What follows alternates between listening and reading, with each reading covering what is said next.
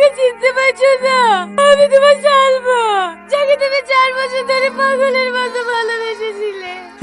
ভালোবাসা ওসব স্বার্থের ভালোবাসা। আরে ওসব ছাড়ো তো, আগে কি বলছো? এরা ভালোবাসার মানে বোঝে নাকি? এই দেখে তোমার টাকা পয়সা হয়েছে, অমনি তোমার কাছে ছুটে চলে এসছে। আর তোমার থেকে বড় কাউকে পেলে তার হাত ধরে চলে যাবে। এসব মেয়েদেরকে আমার ভালোভাবে চেনা আছে। চলে যান, চলো, লেট হয়ে যাচ্ছে। আরে এভাবে জ্বালাও না তো, বাবা অনেক দূর থেকে এসছে। আগে একটু রেস্ট লে। যাও যাও, তোমরা পরে আসো। আর পাবো না বর্মা, অনেক টাইম বেরিয়েছে, এত খাওয়া যায়। সব যাবে, আবার শেষ করে উঠবা। না খেয়ে খেয়ে শরীর একবার শুকিয়ে ফেলেছে। খাও মধু খাও।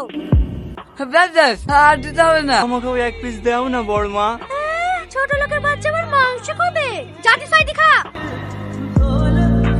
কি হলো মধু, খাও। হ্যাঁ খাসি। হেলা বড়াপ্পা, আমাদের বিয়ের কার্ড। আগামী শুক্রবারে আমাদের বিয়ে। বড়মায়ের বোন খেলি, তুমি কিন্তু 2 দিন আগেই চলে যাবা। সেটা যাবোই মধু। বাড়িতে কেউ আছেন? হ্যাঁ, কিছু বলছো? টনি শেখের নামে একটা চিঠি আছে। আমার নামে চিঠি? কই দেখি। তুমি বসো বাপ, আমি একটু আসছি। আচ্ছা ঠিক আছে।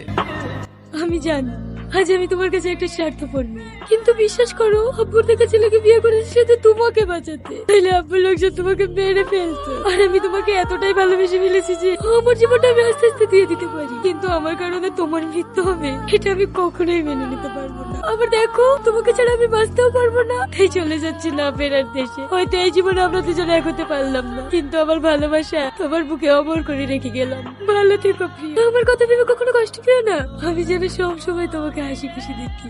ইতি তোমার পাগলিটা। কি গো, কার চিঠি পড়ছো? আমার সালের চিঠি। আমি সালমাকে কত ভুল বুঝেছি গো। আমি সালমাকে চাল বাজবো না। আমি আসছি সালমা।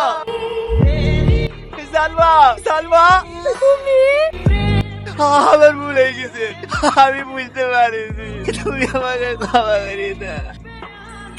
ওঠো, আমি জানতাম তুমি একদিন ঠিক আমার কাছে ফিরে আসবে।